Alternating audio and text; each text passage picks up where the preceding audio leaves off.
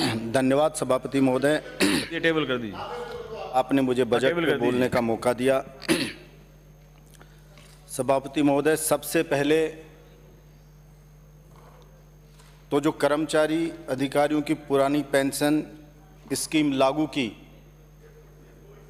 इसके लिए मैं माननीय मुख्यमंत्री जी का दिल की गहराइयों से आभार व्यक्त करता हूं। साथ ही साथ उनसे निवेदन करता हूं कि रोडवेज और बिजली विभाग के कुछ कर्मचारी रह गए, उनको भी अगर सहानुभूतिपूर्वक जोड़ा जाएगा इस स्कीम से तो उनकी अति कृपा होगी। इसके साथ ही मंत्रालय जो कर्मचारी हैं उनके वेतन विसंगति की समस्या है, उसका भी मैं समझता हूं निराकरण करेंगे। इसके साथ ही 2002 के बाद में जो तीसरी संतान जिस कर्मचारी अधिकारी को हुई, उसकी 5 भर्ती वर्ष तक पदोन्नति पे रोक लगा दी थी, जिसको बाद में 3 भर्ती वर्ष कर दिया गया था। भर्ती वर्ष उसको माना जाता है जिसमें पदोन्नति के लिए सीट खाली होती है। ऐसे में जब सीट खाली नहीं होती है तो करीब कई विभागों में 8 से 10 साल के अंदर वो भर्ती वर्ष काउंट हो जाते हैं, और जब उनकी पदोन्नति होती है तो उनका जो स्टेटस होना चाहिए वो नहीं मिलता है और वो जूनियर ही रह जाते हैं। मेरी सरकार से मांग है कि उनकी वरिष्ठता जो उस टाइम काउंट होनी चाहिए वो उनको मिले, और ये प्रावधान केवल राजस्थान में है, देश के किसी भी अन्य राज्य में ऐसा नहीं है, ना ही केंद्र में ऐसा है। इसलिए राजस्थान में भी मैं समझता हूँ हमारे यहाँ के कर्मचारी अधिकारियों को भी ये लाभ मिलना चाहिए। चिरंजीवी योजना की सीमा 5 लाख से बढ़ा करके जो 10 लाख की, इसके लिए भी मैं मुख्यमंत्री जी का दिल की गहराइयों से आभार व्यक्त करता हूं।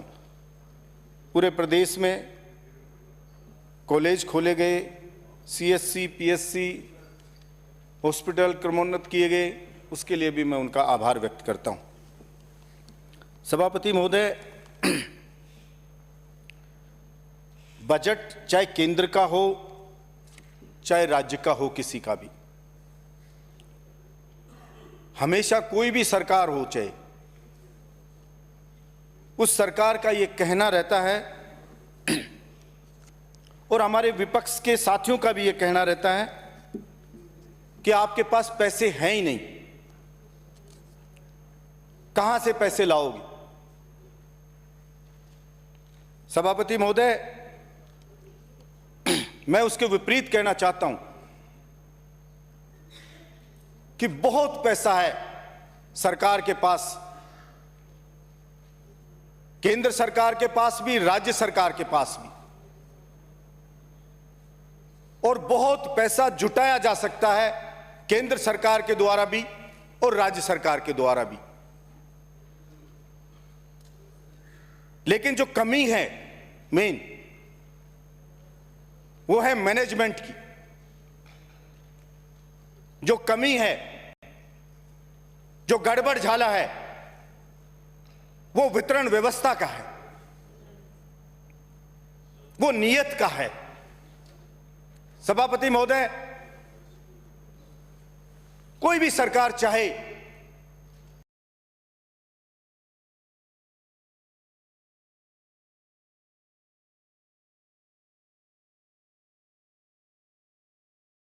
कि बहुत अच्छा सा काम हो स्टेट के अंदर, तो ज्यादा नहीं, सभापति महोदय, 8 से 10 आईएएस की जरूरत है, जिनके सीने में आग हो कुछ करने की, जिनमें लगन हो कुछ नया करके दिखाने की।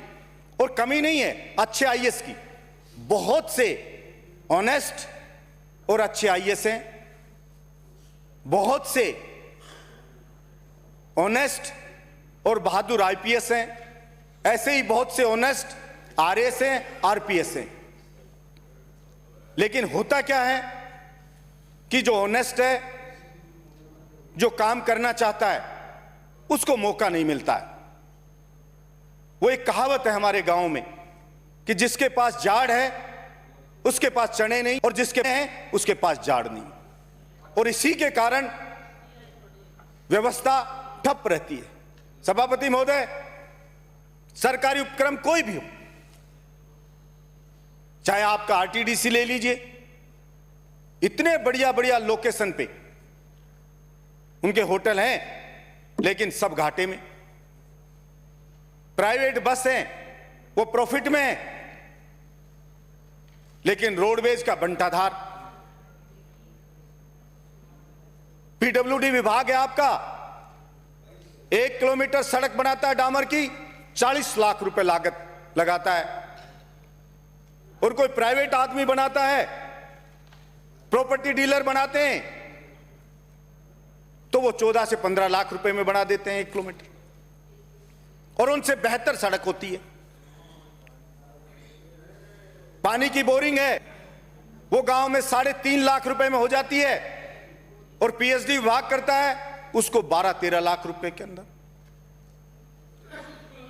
हर विभाग में हर जगह पे पैसे का मिसयूज होता है सभापति महोदय। अब इस तरह से अगर लूट होगी, इस तरह से लुटाया जाएगा पैसे को, तो फिर पैसा विकास के लिए बचेगा कहां से? सभापति महोदय, गांव में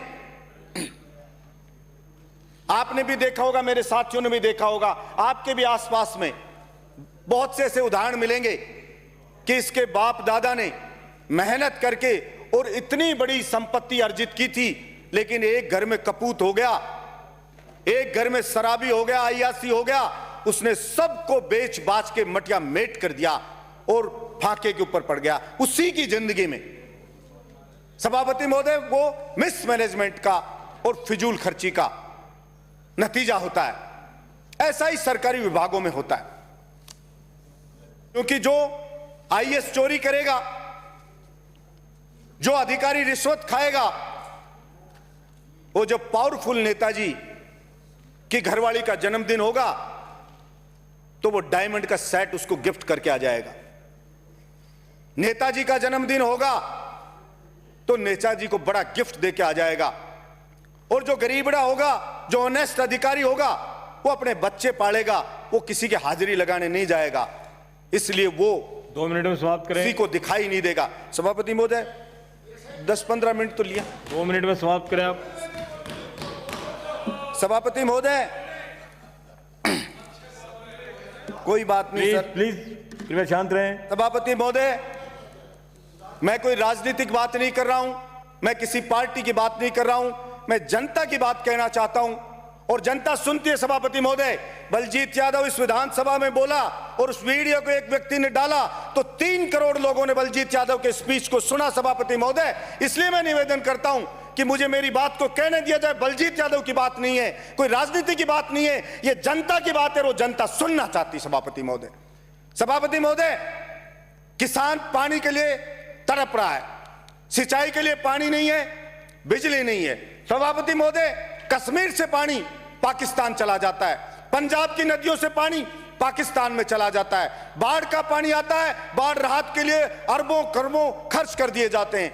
सभापति महोदय, मेरा इतना सा निवेदन है, केंद्र सरकार और राज्य सरकार मिलकर के और किसान के लिए पानी करें, नदियों को जोड़ने का काम करें, ताकि वो किसान को अगर सिंचाई का पानी मिलेगा तो वो देश को उन्नत बनाएगा। सभापति महोदय, बेरोजगारी दूर नहीं होती है, और व्यक्ति जिसके घर में कोई नौकरी नहीं है, गरीब आदमी है, वो बेचारा तड़पता रहता है। हमारे यहां पे कहा जाता है टैक्स नहीं लगाया, बहुत अच्छा बजट। केंद्र में कहा जाता है टैक्स नहीं लगाया, बहुत अच्छा बजट। सभापति महोदय, ये कहां का न्याय है? कहां का न्याय है? वेलफेयर के लिए सरकार चला रहे हैं, राज्य चला रहे हैं। सभापति महोदय, एक व्यक्ति 5 करोड़ की गाड़ी में घूमता है, एक व्यक्ति 5,000 से लेकर के और रोज 1 लाख रुपए की दारू पी जाता है, दारू की एक बोतल खरीद लेता है, और गरीब आदमी को पीने का पानी नहीं मिलता है, और सीवर की लाइन से मिक्स हुआ पानी मिलता है या गंदा पानी उसको पीने को मिलता है। सभापति महोदय, 300-300 रुपए पानी की एक बोतल अमीर आदमी पीता है, और उसके 3-3 दिन में पानी आता है गरीब आदमी के। ये कहां का न्याय है? सभापति महोदय, 75 साल हो गए देश को आजाद हुए, लेकिन इसके बाद भी गरीब आदमी यूं ही रो रहा है।